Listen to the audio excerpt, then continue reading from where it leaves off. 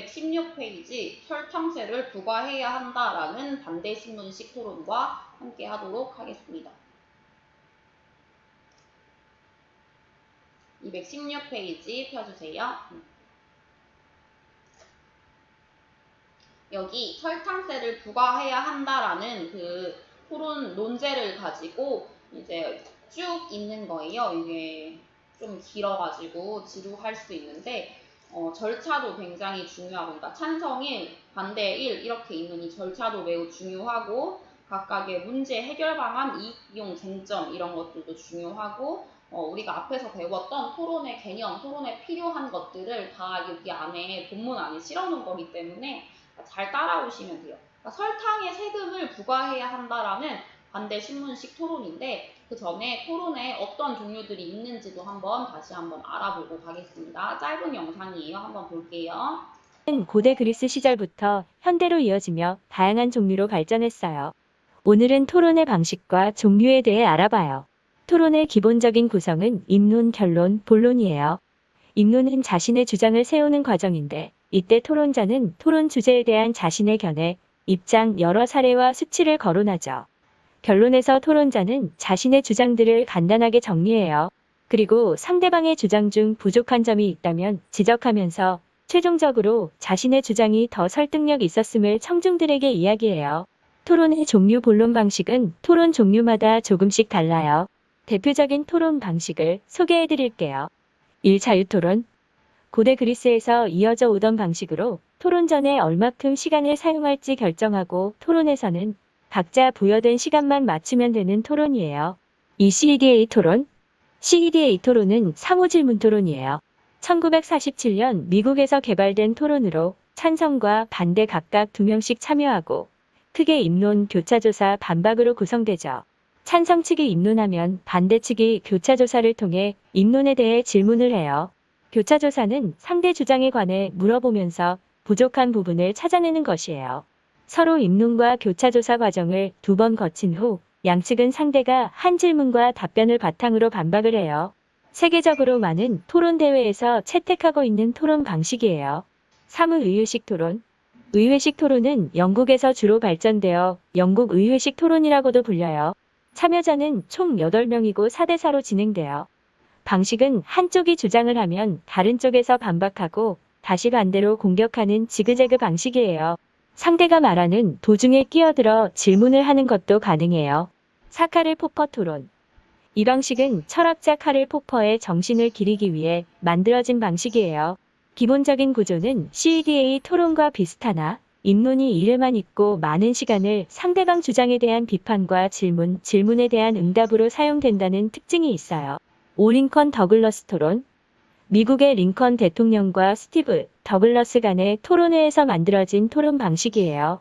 다른 토론들과 달리 참여자가 1대1로 제한되며 한 명이 하는 만큼 토론 시간도 짧다는 특징이 있어요. 토론 방식은 다른 토론의 형태와 크게 다르지 않아요. 준비한 내용은 여기까지예요. 더 좋은 내용으로 찾아뵐게요. 감사합니다. 여기까지가 토론과 토론의 종류에 대해서 알아봤는데, 그리고 나서 우리가 이제 봐야 될 거는 반대신문식 토론이라는 거야. 여기서 지금 설명한 얘기로는 세다 토론이라고도 얘기했던 거. 교차조사 방식이 토론이 있는 그 세다 토론이라고 하는 건데, 반대신문이라고도 하고 교차조사라고도 하거든요. 그거에 대해서도 한번 영상 볼게요. 논증, 그리고 논리적 오류, 논제에 대해서 살펴보았습니다. 토론 두 번째 시간에는 토론의 유형, 반대 신문식 토론의 절차, 쟁점, 토론 참여자의 역할, 이렇게 4가지에 대해서 살펴보겠습니다. 우리가 교과서에 실린 토론이 반대 신문식 토론이기 때문에 이 절차 반드시 기억하고 있어야 합니다. 영상 볼게요. 먼저 토론의 유형입니다. 토론의 유형은 토론 참여자나 토론의 진행 방식에 따라 나눕니다.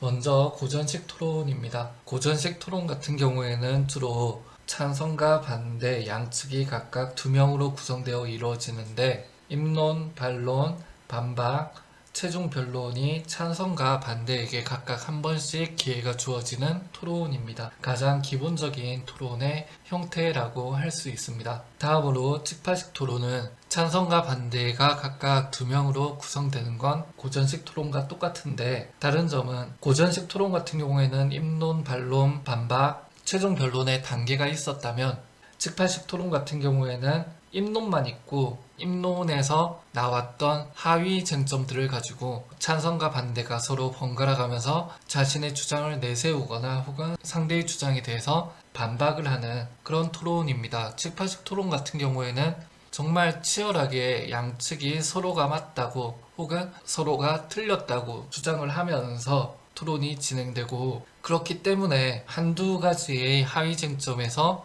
승패가 갈릴 경우 토론이 종료되어 버리는 아주 치열한 방식의 토론입니다. 다음으로 반대 신문식 토론을 보겠습니다. 반대 신문식 토론은 입론과 반론이 이루어지는 것은 고전식 토론과 동일합니다. 하지만 반대 신문식 같은 경우에는 입론을 하고 나서 상대 측이 입론을 한 사람들에게 교차 조사라는 걸 합니다. 상대방의 입론에 대해서 논리적 오류가 있거나 맹점이 있을 때 그 부분을 지적하고 질의하는 시간을 가지는 것입니다. 네 번째로 칼포퍼식 토론입니다.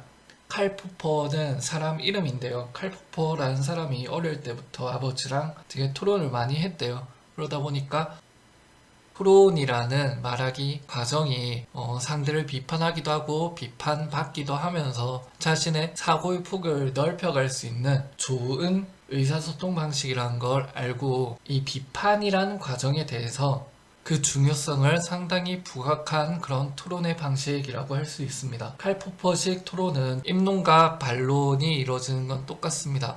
그리고 교차조사가 이루어지는 건 똑같은데, 반대신문식 같은 경우에는 교차조사가 입론에서만 이루어집니다. 하지만 칼포퍼식 토론 같은 경우에는 교차조사가 반론에서도 이루어진다는 것이 차이가 있습니다. 다음으로 링컨 더글라스식 토론입니다.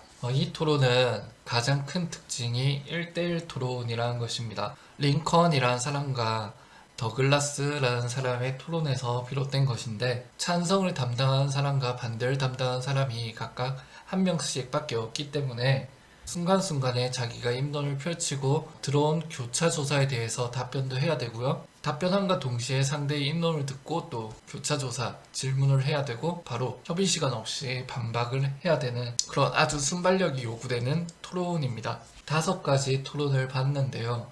가장 기본적인 토론의 방식은 고전식 토론이고요. 반대신문식 같은 경우에는 교차조사가 있다는 것이 특징이고, 칼포퍼식이나 링컨 더글라스식은 반대신문식에서 조금 변형 발전된 그런 토론의 형태라고 할 수 있습니다. 칼포퍼식 같은 경우에는 반대신문식보다는 반론의 과정이 훨씬 강조되는 토론이라고 할 수 있고, 링컨 더글라스식 토론은 반대신문식보다 1대1 토론이기 때문에 토론자의 순발력이 요구되는 토론이라고 할 수 있습니다.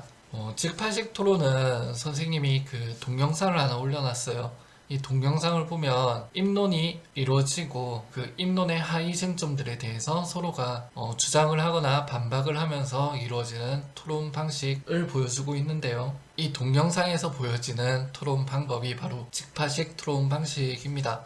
순간순간 서로의 말을 듣고 주장하고 반박을 해야 되기 때문에 매우 순발력이 요구되고요. 그 자리에서 바로바로 이렇게 승패가 결정되기 때문에 아주 치열하고 어떻게 보면 무서운 토론의 방식이라고 할 수 있습니다. 그 가운데 학교 현장에서 가장 많이 쓰는 토론은 반대신문식 토론입니다. 특히나 반대신문식 토론 같은 경우에는 수능 지문으로도 자주 출제가 되었습니다. 그렇기 때문에 우리는 지금 이 반대신문식 토론의 절차를 중심으로 살펴보겠습니다.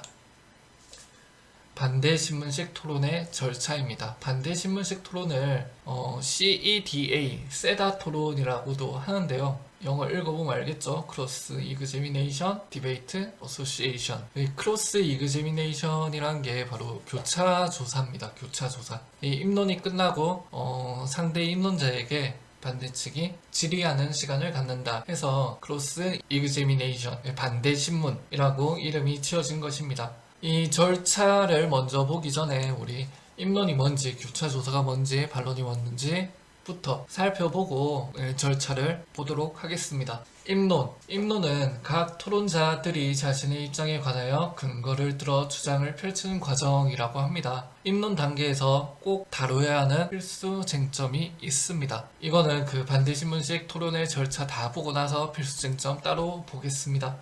그 다음에 교차조사입니다. 교차조사는 상대의 주장과 논거의 적절성을 평가하기 위해 상대 측 토론자가 입론을 마친 토론자에게 직접 질의하는 과정이라고 되어 있습니다. 보통 입론이 이루어지면 그에 대해서 반대 측이 교차 조사를 실시하게 되는데요. 학교 현장에서 이 반대 신문식 토론을 했을 때 이 아이가 토론을 지금 잘 하고 있다라는 걸 알 수 있는 부분이 바로 교차 조사의 부분입니다. 학생들이 이 교차 조사에서 흔히 하는 실수가 지금 찬성 측의 어떤 입론을 들었는데요. 이 부분에 대해서 이해가 안 갑니다. 다시 설명해 주세요. 뭐 이렇게 얘기를 하거나 이거에 대해서 이야기를 했는데 그게 뭐였죠? 이렇게 묻거나 혹은 이 점에 대해서는 어떻게 생각하세요? 이렇게 묻는 경우가 있어요. 근데 이렇게 물으면 오히려 교차 조사를 받는 대상한테 훨씬 많은 발언의 기회를 주게 됩니다. 이거는 상대 측을 도와주는 질문이죠.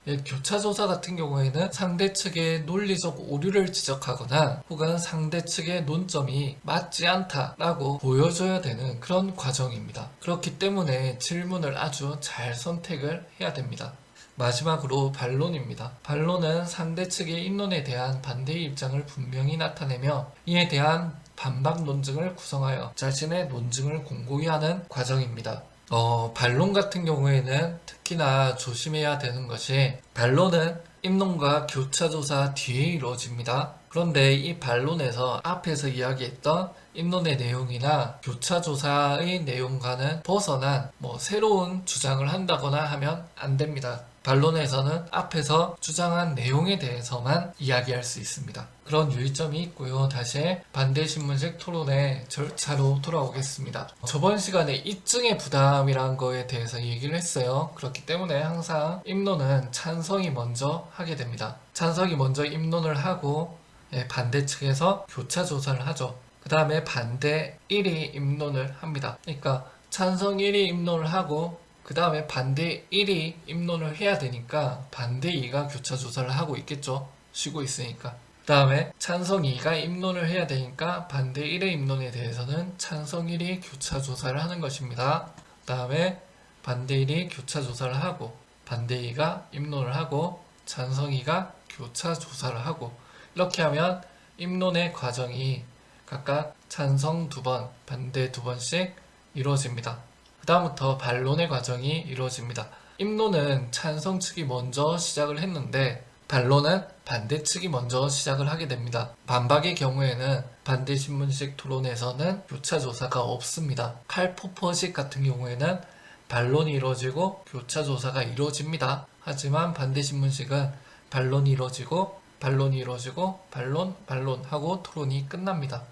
특이할 점은 반론의 경우에는 반대가 먼저 시작하기 때문에 결국 마지막 반론도 찬성이 하게 된다는 것입니다. 찬성이 시작해서 찬성이 끝낸다. 이게 반대 신문식 토론의 절차입니다.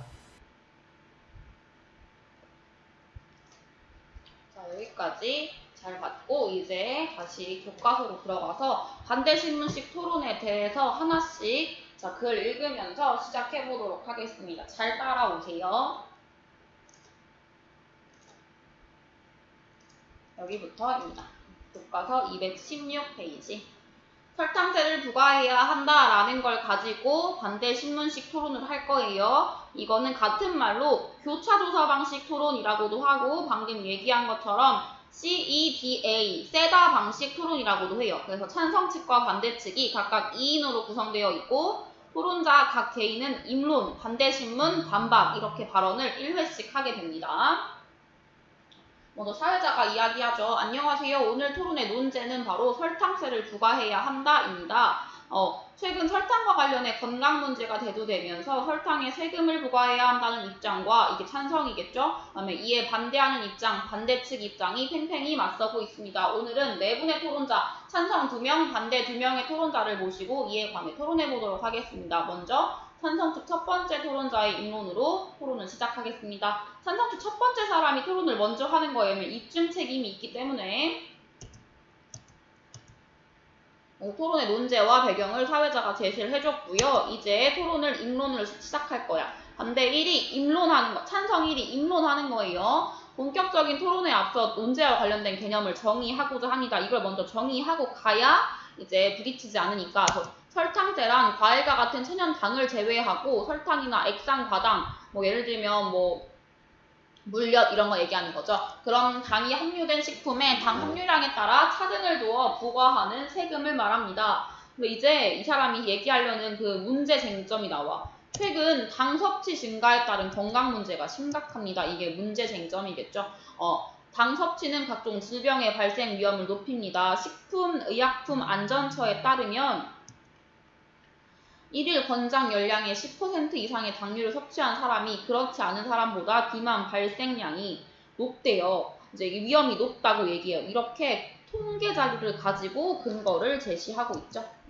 10% 이렇게 된다고 하니까 위험은 39%, 고혈압 발생 위험은 66% 높다고 합니다. 또한 과도한 당 섭취로 의료비 부담이 증가하고 있습니다. 국민건강보험공단의 연구에 의하면 지난 8년간 비만 관련 사회적 비용은 2.2배 증가했고 또 고혈압, 당뇨 등 만성질환의 치료비는 국내 전체 치료비 중 35%를 차지합니다. 이러한 추세라면 당 섭취에 따른 문제가 점차 커질 것이므로 지속성이 있고 시급한 조치가 필요하기 때문에 우리는 이거를 설탕세를 부과해야 한다고 생각한다라는 찬성 1의 입장이었죠. 찬성 1이 얘기하면서 문제 쟁점을 얘기하고 있어요. 그리고 문제의 지속성과 조치가 시급하고 심각하다라는 얘기를 계속하고 있죠. 그래서 계속 이야기하고 있어. 이 문제를 해결하기 위해서 저희는 설탕세 부과를 주장합니다. 해결 방안 쟁점이 나왔어요. 설탕세를 부과하면 가격이 오른 당함유 식품의 소비가 감소하면서 국민의 당 섭취량이 자연스럽게 줄게 됩니다. 또한 식품 제조업체는 가격 상승과 그에 따른 소비 감소를 피하기 위해 자연스럽게 당을 줄이게 될 거다. 설탕세는 현재 제품마다 표시하고 있는 당 함유량에 따라 그램당 기준을 정하여 부과하면 되므로 과세 기준 마련도 용이하다, 쉽다. 법제화만 된다면 즉시 시행도 가능하다라고 얘기하면서 문제 해결의 가능성이 있고 실행 가능성도 있다 이런 얘기하면서 반드시 설탕세를 부과해야 한다라고 얘기해요. 그러면서 마지막 이 비용 쟁점도 얘기해야 되죠.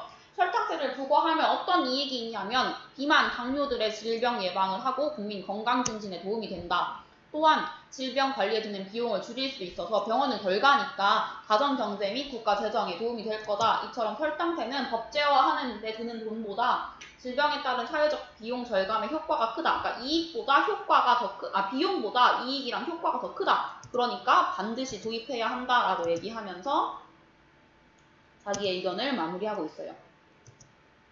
사회자가 말하지 이어서 반대측 토론자의 반대 신문이 있겠습니다. 이 반대 신문을 같은 말로 교차조사라고도 하는 거예요. 교차조사라고 적어줍시다. 반대 2가 신문해요. 뭐라고 신문하냐면 설탕세를 부과하면 자연스럽게 당 섭취량이 감소한다고 했는데 그게 인과관계가 있는 거예요. 진짜로 설탕세를 부과한다고 해서 이게 원인이 된다면 결과가 당 섭취 감소량으로 이어지는 거예요? 입증돼요? 라고 물어봐요. 그러니까 찬성 측의 해결 방안에 허점을 지적하는 거지. 그렇게 해야 이제 자기들이 이길 수 있으니까. 그러니까 찬성 1이 대답하죠. 세계보건기구 WTO의 보고서에 따르면 당이 포함된 음료에 20%의 설탕세를 부과하면 비례하는 소비 감소 효과가 있다고 얘기하더라 라고 얘기해주고 있어. 그랬더니 반대 2가 또 얘기해. 저가의 수입식품이나 인공 감미료 등으로 고가의 가당식품을 대체할 가능성이 높은데, 그러니까 세금을 내는 만큼 더 싼 걸 갖고 올 그 가능성이 높은데 오히려 교육이나 홍보를 하는 게 낫지 이렇게 싼 거 먹는 것보다 그게 낫지 않겠냐라고 얘기했더니 찬성 1이 교육이나 홍보의 성공 사례는 자기들은 확인하지 못했다라고 얘기하면서 답변을 했죠.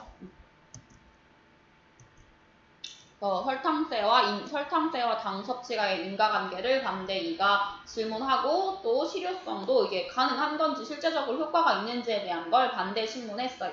그 다음에 사회자가 또 얘기하죠. 다음으로 반대측 첫 번째 토론자의 입론이 있겠습니다. 이제 반대 1이 입론을 해요. 반대 1은 설탕세를 부과하지 말아야 한다라는 입장을 가지고 이야기를 할 거예요. 그래서 문제를 보면 먼저 설탕세 부과의 핵심 논리가 비만이나 당뇨병 같은 질병을 예방하고 국민 건강을 증진한다는 거라고 했는데 당 섭취는 질병과 발생의 가장 큰 원인이 아니다. 그러니까 너네 찬성 측이 얘기하는 거 말이 안 돼. 비만의 주요 원인은 고지방, 정제된 탄수화물, 운동 부족, 불규칙한 식사로 보건복지부도 국민 공통 식생활 지침을 통해서 아침밥을 꼭 먹자, 과식을 피하고 활동량을 늘리자라고 권고하고 있는 거야. 그러니까 설탕이 문제가 아니라는 거지. 비만의 주요 원인은 설탕이 아니다라고 얘기하면서 이 얘기를 하고 있고, 또 당뇨병은 당을 많이 섭취하여 발생하는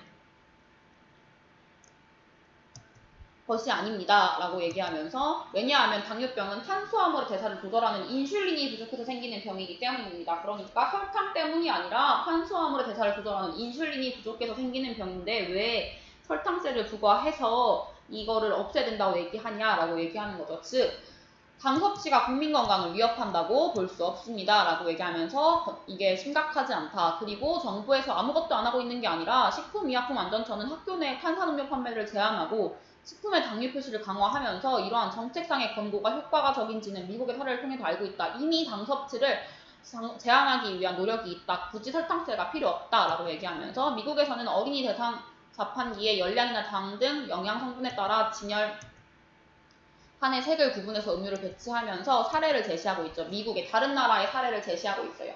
당 함유량이 가장 많은 빨간색의 음료 매출이 6개월 만에 62%에서 44%로 감소했대. 그러니까 단순 권고만으로도 자연스럽게 해결할 수 있는 거지 굳이 설탕세라는 그런 세금을 부과하지 않아도 된다라고 얘기하면서 반대측이 얘기하고 있고, 또 어떤 해결 방안이 있냐면, 찬성 측에서는 설탕세를 부과하면 당 섭취량이 줄어서 국민 건강에 도움이 된다고 했어. 그러나 이런 찬성 측의 논리에 따르면 나트륨 과다 섭취의 문제는 소금세를 부과해야지. 그것도 마찬가지잖아 라고 얘기하면서 건강에 악영향을 미치는 모든 식품에 세금을 부과해야 하는데 이거는 말이 안 되잖아요 라고 얘기하는 거야. 설탕세가 있으면 소금세도 있어야 될 거 아니야. 그쵸? 이런 얘기하면서 세금 부과가 어렵다라고 얘기하고 있는 거죠. 또한 일상적으로 먹는 음식에 세금을 부과한다면 사람들이 너무 싫어할 건데 라고 얘기하면서 실행 가능성이 낮다라고 얘기하고 있어요. 또 이익 비용 쟁점 상에서는 또 이제 이 사람들은 비용이 훨씬 크다라고 얘기하겠지. 설탕세 부과는 사람들이 외국에 저렴한 가당식품을 구입하거나 인공 감미료 등 더 건강에 좋지 않은 음식을 섭취하는 부작용을 낳을 수 있기 때문에 안 좋다. 또 식품업체가 세금을 내기 위해서 가격을 인상하면 소비자의 경제적 부담만 늘어난다라고 하면서 불필요하다, 이익보다 비용이 훨씬 크다라고 얘기하면서 찬성 1위 입론했죠.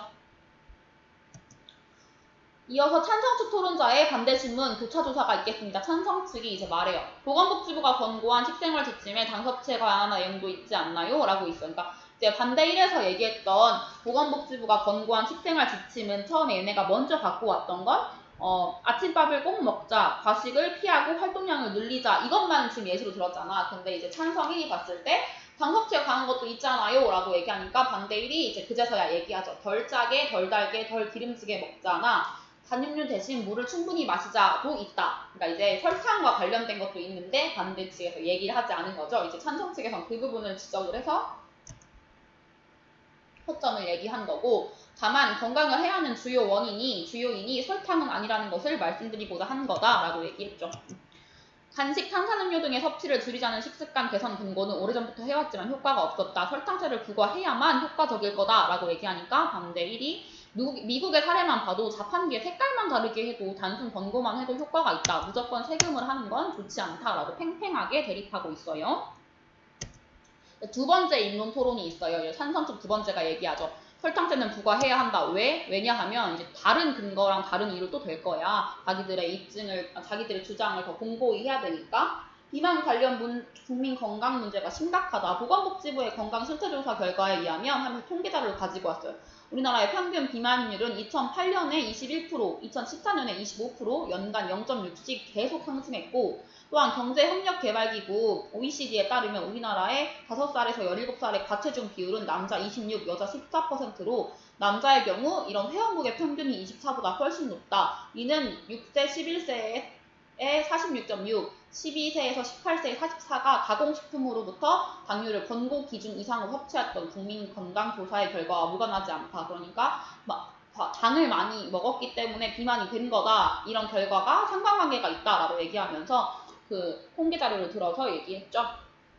그러면서 반대 측에서 얘기했던 반대 측에서 서민들의 경제적 부담이 늘어나지 않겠느냐고 우려했지만 설탕제 함유로 식품 가격이 오르면 이러한 식품에 대한 소비가 오히려 줄게 되므로 반대 측에서 우려하신 결과는 나타나기가 어렵다. 너네들의 얘기는 틀렸다라고 얘기하면서 건강 문제가 날로 심각해지고 있는 현 상황에서 문제를 해결하는 걸 개인의 자유에 맡길 게 아니라 국가가 제대로 역할을 해야 한다. 그러니까 국가는 설탕세를 부과해 주어야 한다라고 얘기했더니 이제 사회자가 다시 조차조사하라고 반대측 토론자에 반대 신문하라고 하는데 반대 1번이 얘기하죠. 비만율이 높다고 하셨는데 비만의 원인이 설탕밖에 없냐라고 하니까 이제 찬성 측이 대답해요. 설탕만 있는 건 아니지만 당 섭취와 밀접한 관련이 있다라고 얘기하고 비만의 원인이 설탕만 아니라는 걸 넌 인정했지. 비만은 나트륨 섭취량도 관련이 있어. 우리 국민의 일일 나트륨 섭취량은 WTO의 일일 권장량의 2배가 넘는다. 근데 나트륨은 아무 얘기도 안 하고 왜 설탕만 얘기하냐라고 얘기하니까 찬성이 설탕세는 비만, 특히 소아비만의 해결책으로 언급되며 미국, 멕시코 등 전 세계적으로 도입되었거나 도입이 논하고 있기 때문에 우리도 얘기해봐야 한다라고 얘기하고 있는 거죠. 이제 반대 측 두 번째 토론자의 입론이 있을 거예요. 반대 2번이 얘기하죠. 다른 나라보다 비만율이 높지 않은 우리나라에 설탕세를 부과하는 건 바람직하지 않다. 정부에서도 우리 국민의 비만 문제가 심각하지 않고 또 식용유 원가 상승에 따른 서민 부담이 있기 때문에 설탕세 도입이 시기상조라고 얘기했는데 굳이 너네가 이런 얘기를 하는 게 무슨 이유가 있는 거냐. 이런 상황에서 설탕세를 부과하는 것은 서민 경제를 압박하는 거다라고 하면서 계속 반대 측에서는 설탕세 부과가 필요하지 않다고 얘기하고 있어요. 그러면서 설탕세를 부과하면 실제로 당 함유식품을 만드는 기업이 세금 부담을 소비자에게 전가할 가능성이 크다. 세금이 생기니까 그 세금만큼 가격을 올린다고 생각하는 거죠. 또한 덴마크에서 고열량 식품에 세금을 부과했는데 오히려 국민들이 이러한 식품을 인근 국가에서 구매를 해. 덴마크 걸 안 쓰고 인근 국가 걸 구매하면서 자국의 식품 산업이 위축되고 고용이 감소되는 결과로 이어졌습니다. 이러한 악순환이 있는 가능성이 있기 때문에 설탕세 부과는 옳지 않다. 부작용이 훨씬 크다. 그러니까 이익보다 비용이 훨씬 큰 일이기 때문에 반대 측은 계속해서 부작용들을 얘기하면서 설탕세 부과에 대해서 싫어하고 있죠. 그래서 이제 찬성 측 토론자가 이 입론에 대해서 반대 신문을 할 거예요. 찬성 2가 말하지. 기업이 국민에게 세금 부담을 떠넘긴다고 했는데 이건 너의 주관적 생각인 거 아니야? 근거를 가지고 말씀해 주세요 했더니 기업에서는 세금에 따른 손해를 부담하려고 하지 않을 거다. 객관적인 근거를 물어봤죠. 그랬더니 가격을 인상하거나 제품의 용량을 줄여서 설탕세 부담을 소비자에게 돌릴 거다라고 얘기하니까 이제 찬성 2가 계속 얘기해. 설탕세 도입에 따른 해당 제품 가격 인상을 피하려면 기업에서 당 함유량을 줄이면 된다. 그러면 설탕세가 줄어들지 않겠냐 하니까 반대 2에서 그럴 수도 있지만 그러니까 네 말도 맞긴 맞는데 모든 음식에서 무조건 당 함량을 낮추는 것은 불가능하기 때문에 가격 상승은 자기들이 봤을 때 필연적이다 라고 얘기하고 있죠. 사회자 얘기하죠. 지금까지 찬성 반대 측의 입론과 반대 신문이 있었습니다. 이제 반박할 거예요. 이제 입론 반대 신문 했고 반박 마지막으로 한 번씩 반박하는 과정 하고 나면 반대 신문식 토론이 끝나죠. 반대측 첫 번째 토론자가 시작할게요. 아까 입론은 찬성 측이 먼저 시작했죠. 반박은 반대 측이 먼저 시작합니다. 반대 1이 얘기하죠. 과연 설탕을 규제하는 것만이 건강을 관리하는 유일한 길일까요? 아닙니다. 올바른 식습관과 규칙적인 생활 습관이 먼저다. 즉 설탕 섭취를 바르게 할 수 있도록 홍보하고 교육하는 정책을 먼저 해야 되지 권고도 하기 전에 세금을 부과하는 건 서민의 경제적 부담을 키우는 정책이 될 거다 얘기하면서 주장을 강조하고 있죠. 스스로 먼저 물어본 다음에 아닙니다라고 대답하는 자문자답의 방법을 사용하면서 자기 주장을 강조해주고 있어요. 덴마크, 멕시코 등에서 설탕세와 같은 세금을 도입하였지만 모두 부작용을 겪었다. 다른 나라의 사례를 갖고 오면서 실패했다라고 얘기하고 또 2018년 유럽의 의회에서는 보고서에서 얘기하는데 설탕세 부과가 결과적으로 더 해로운 성분의 소비를 증가시킬지다. 더 저렴한 당 섭취를 하게 한다. 설탕 말고 더 저가의 당을 가지고 올 수 있다라는 것을 지적하고 있다고 얘기하면서 권위 있는 기관, 유럽의 의회의 기관 자료를 이용해서 객관적인 증빙 자료를 주고 있어요. 따라서 이처럼 부작용이 큰 설탕세 부과는 불필요하다라고 얘기하고 찬성 측에서도 반박해요. 반대 측에서 이런 설탕세가 서민의 경제적 부담을 높인다고 했어. 물론 단기적으로는 그렇게 보일 수 있지만 앞서 말한 것처럼 당이 함유된 식품의 섭취는 비만, 당뇨와 같은 건강 문제와 직결되기 때문에 선후탕제를 부과한다면 이런 식품의 소비가 줄어들고 질병 발생 위험이 낮아지면서 장기적으로 의료비 부담이 줄어서 오히려 이익이다라고 얘기하고 있어요. 반대측에서 설탕제 도입은 시기상조라고 했어. 그러니까 지금 시기에 할 건 아니다라고 얘기하는데 이런 말은 우리나라의 비만율이 일정 수준을 넘고 있다면 더 넘었다면 설탕제 도입이 필요하다는 걸 전제하고 있는 거지. 시기상조는 지금 할 시기는 아니다라고 얘기하는 거니까 다음에 할 시기가 생길 수도 있다는 거를 전제하고 있는 말이잖아 라고 얘기하면서 반대측도 설탕세의 필요성을 인정은 한 거다 부분적으로. 그러니까 당 섭취 양이 심각한 수준으로 증가하기 전에 미리미리 예방을 해야 미래의 건강 문제가 심각해지는 것을 예방할 수 있습니다. 라고 얘기하고 있어요. 토론이라는 건 서로의 주장의 허점을 지적하고 그거를 반박하는 걸 계속 왔다 갔다 해야 이기는 거잖아요. 그래서 다른 사람의 말을 잘 듣고, 그러니까 내 말도 중요한데 그 저쪽의 의견도 잘 듣고 그걸 지적할 수 있어야 돼요. 이제 반대측 두 번째 토론자의 반박을 하면 설탕세는 사회적 부담을 서민에게 떠넘기는 행위라고 생각한다. 비만은 식습관의 변화, 운동 부족 등의 환경에서 비롯되는 사회적 문제인데 세금을 통해 이렇게 하려고 하는 건 바람직하지 않다라고 얘기하고 있어요. 또한 이러한 방식으로 정부가 세금을 늘릴 가능성이 있습니다. 설탕세 다음은 소금세가 되겠죠. 세금이 늘어나면 서민경제는 어려워지고 기업의 수익도 감소하고 일자리도 줄어들 거야. 그러니까 경제적인 측면에서 심각한 부작용과 비용이 발생하니까 설탕세보다는 홍보나 교육을 강화하고 광고를 규제하는 게 훨씬 더 실효성 있는 방안이 될 거다라고 반대측이 대안을 제시하고 있어요. 마지막으로 찬성의 마지막 반박, 두 번째 토론의 반박이 있어요. 설탕은 질병 발생의 큰 원인이라는 점을 앞에서 말씀드렸습니다. 설탕세를 통해 당 섭취에 대한 조치를 취하지 않는다면 추후 보건 관련 사회적 비용이 더 늘어날 거다. 병원비가 더 늘어날 거란 얘기예요. 반대측에서는 세금 부과가 국민에 대한 압박이라고 했는데 세금은 국가가 자국민을 위한 정책, 사업을 시행하기 위해 부과하는 거기 때문에 설탕세는 국민의 종합적인 건강 증진 등의 복지 확대를 목적으로 하므로 압박이라고 생각하면 안 된다.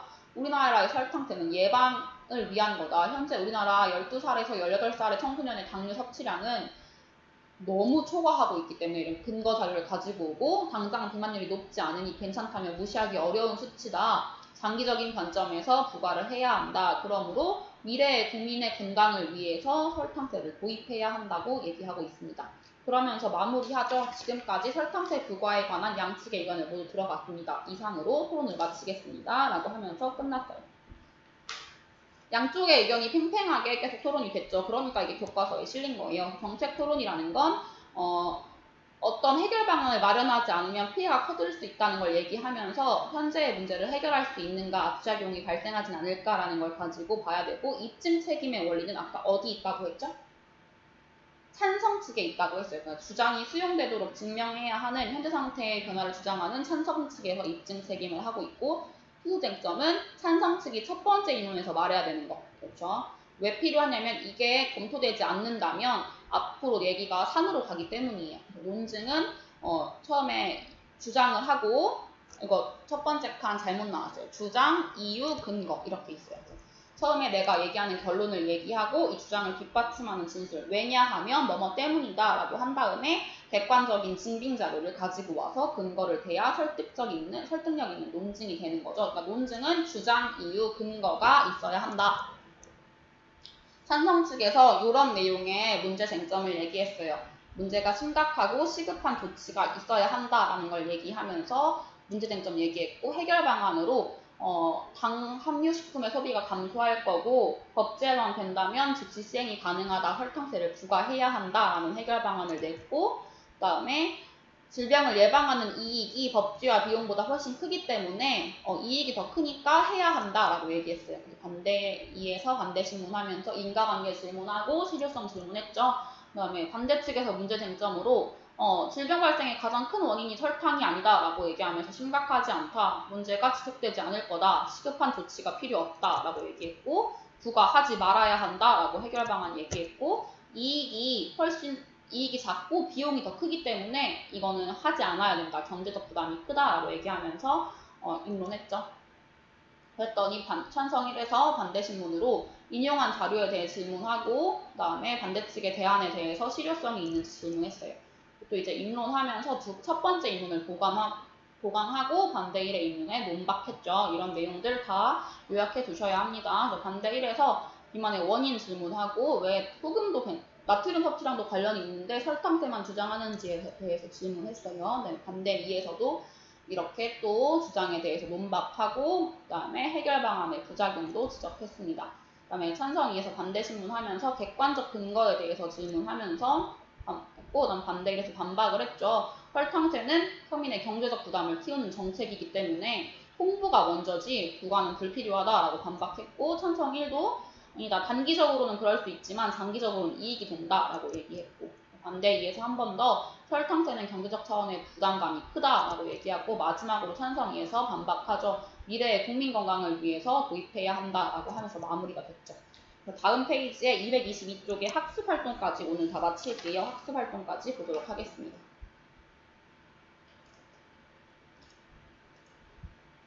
방금 한 내용을 지금 바로 정리해야 되기 때문에 지금 할게요, 얘들아.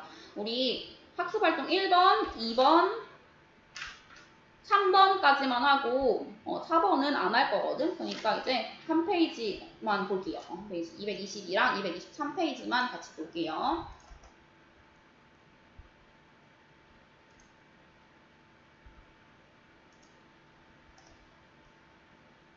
자, 여기 찬성 측, 반대 측으로 되어 있죠. 반대 신문식 토론의 절차에 유의하면서 보면 자, 이거 순서 화살표 있는 거 보이지? 1, 2, 3, 4, 5, 6, 7, 8, 9, 10, 11, 12까지. 이거 순서도 반드시 알아야 돼요. 찬성 1의 인론, 반대 2의 반대 신문, 반대 1의 인론, 찬성 1의 반대 신문 이렇게 순서대로 가는 거 보이죠? 1, 2, 3, 4, 5, 6, 7, 8, 9, 10, 11, 12까지 있는 거 알아야 돼요. 그리고 용어 정리하면 반대 신문이라는 말이 교차조사라는 말이랑 같은 거. 그렇죠? 이제 하나씩 정리해보면 필기하시면 되겠습니다. 다 정리한 내용이기 때문에 PPT만 띄워드릴 테니까 이건 정리하시면 돼요. 어느 정도 띄워놓고 넘길 테니까 못 적었으면 멈추고 적으세요. 다 읽었던 내용이라 따로 읽진 않겠습니다.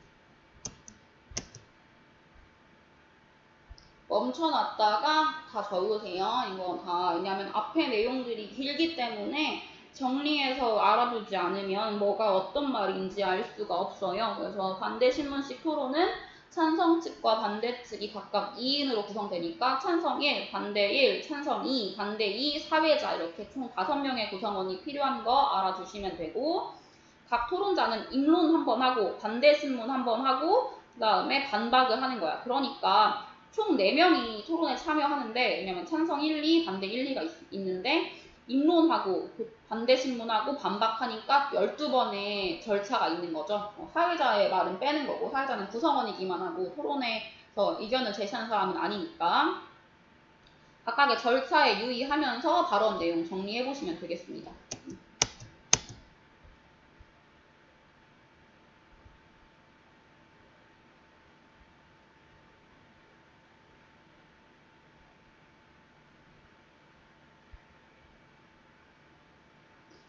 자, 반대식 토론에서 반대신문식 토론 우리가 배운 토론에서 현대 사태를 변화를 주장하는 찬성 측이 첫 번째 발언을 실시하고 왜냐면 입증 책임의 원리 입증 책임의 부담이 있기 때문에 먼저 시작하게 해주는 거야. 그 다음에 균형을 맞추기 위해서 마지막 발언 기회도 찬성 측에 있는 거. 그래서 알아두시면 돼요. 그런 거. 이제 분석해 볼게요. 223쪽 2번 볼게요. 찬반 양측의 내용을 문제 해결 방안 이익 비용 쟁점으로 정리 한번 해보겠습니다. 이것도 방금 읽은 거여서 그대로 띄워줄게요. 문제 쟁점은 이렇게 대립하고 있어요. 쟁점이라는 건 찬반이 부딪히는 지점을 쟁점이라고 하는데 필수 쟁점에 3가지 있었죠. 문제 해결 방안 이익 비용. 그래서 하나씩 나눠보면 문제 쟁점은 이렇게 되고 해결 방안 쟁점과 이익 비용 쟁점이 이렇게 있습니다. 정리해보면 해결 방안도 당연한 말이야. 해결 방안은 설탕세를 부과해야 한다가 찬성측, 부과하지 말아야 한다가 반대측이 되는 거고, 이익 비용도 쉬워요. 찬성측 같은 경우에는 이익이 훨씬 크다. 비용보다 이익이 크기 때문에, 효과가 크기 때문에 해야 한다가 되는 거고, 반대측은 이걸 하기에는 이익보다 비용이 훨씬 크다. 그러니까 하지 말아야 한다라고 하는 거죠. 그러니까 이제 이익 비용 쟁점에서 보면 찬성측은 이익이 크다. 반대측은 비용이 크다라고 얘기하는 거죠. 정리하면 그렇게 돼요. 넘겨서 가나의 논증 구성을 살펴보고 부족한 부분이 있는지 봅시다. 가 같은 부분에 보면 과도한 당 섭취로 의료비 부담이 증가하고 있습니다. 국민건강보험공단의 연구에 의하면 지난 8년간 비만 관련 사회적 비용은 2.2배 증가했습니다. 또 고혈압, 당뇨 등 만성질환의 진료비는 국내 전체 진료비의 35%를 차지합니다. 자, 논증 요소 중에 논증은 주장, 이유, 근거가 있어야 된다고 했죠. 일단 보니까 근거는 있어. 명확하게 지금 객관적인 자료가 있으니까. 그리고 주장도 하고 있지. 의료비 부담이 증가하고 있다는. 근데 뭐가 없죠? 왜냐하면 뭐뭐 때문이다가 없죠. 그거는 이유가 없는 거예요. 그다음에 4번 같은 경우에 볼게요. 당뇨병은 당을 많이 섭취하여 발생하는 것이 아닙니다. 왜냐하면 당뇨병은 탄수화물 대사를 조절하는 인슐린이 부족해서 생기는 병이기 때문입니다. 당뇨병은 당 때문에 생기는 게 아닌 거라는 주장이 있고, 왜냐하면이라는 이유가 있어요. 대신 근데 뭐가 없지? 객관적인 자료, 근거가 없죠. 그러니까 가는 지금 이유가 없는 거고, 나는 근거가 없는 거예요. 부족한 부분이 어떻게 되는지 이거 적으시면 되겠습니다.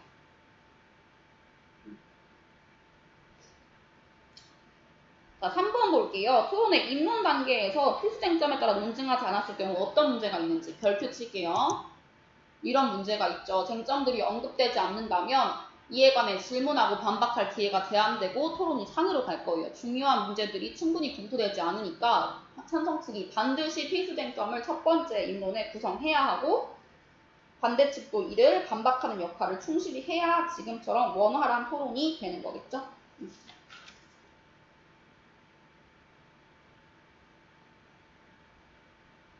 논제는 현 상황에 문제가 있으니 이 상황을 바꿔야 한다는 찬성 측의 입장을 담아서 긍정형의 완성된 문장으로 서술해야 하는 거죠. 그러니까 지금 여기 이 정책 토론 논제가 설탕세를 부과해야 한다라는 그 찬성 측의 입장을 담아서 긍정의 완결된 평서형 문장으로 만들어진 거니까. 자, 여기까지 보시면 오늘 토론 다 한 거고요. 224페이지, 225페이지, 226페이지는 안 할 거예요. 그리고 227페이지에 정리하게 되어 있는 부분 있죠. 문제 해결 방안, 이익, 비용, 논증 요소 이렇게 있는 거. 계속 얘기했던 정책 토론의 필수 쟁점과 논증의 요소들, 주장, 이유, 근거들 얘기하고 있는 거예요. 그러니까 잘 정리해서 알아두시면 되겠습니다. 자, 5-2 이렇게 끝낼게요. 고생하셨습니다. 안녕.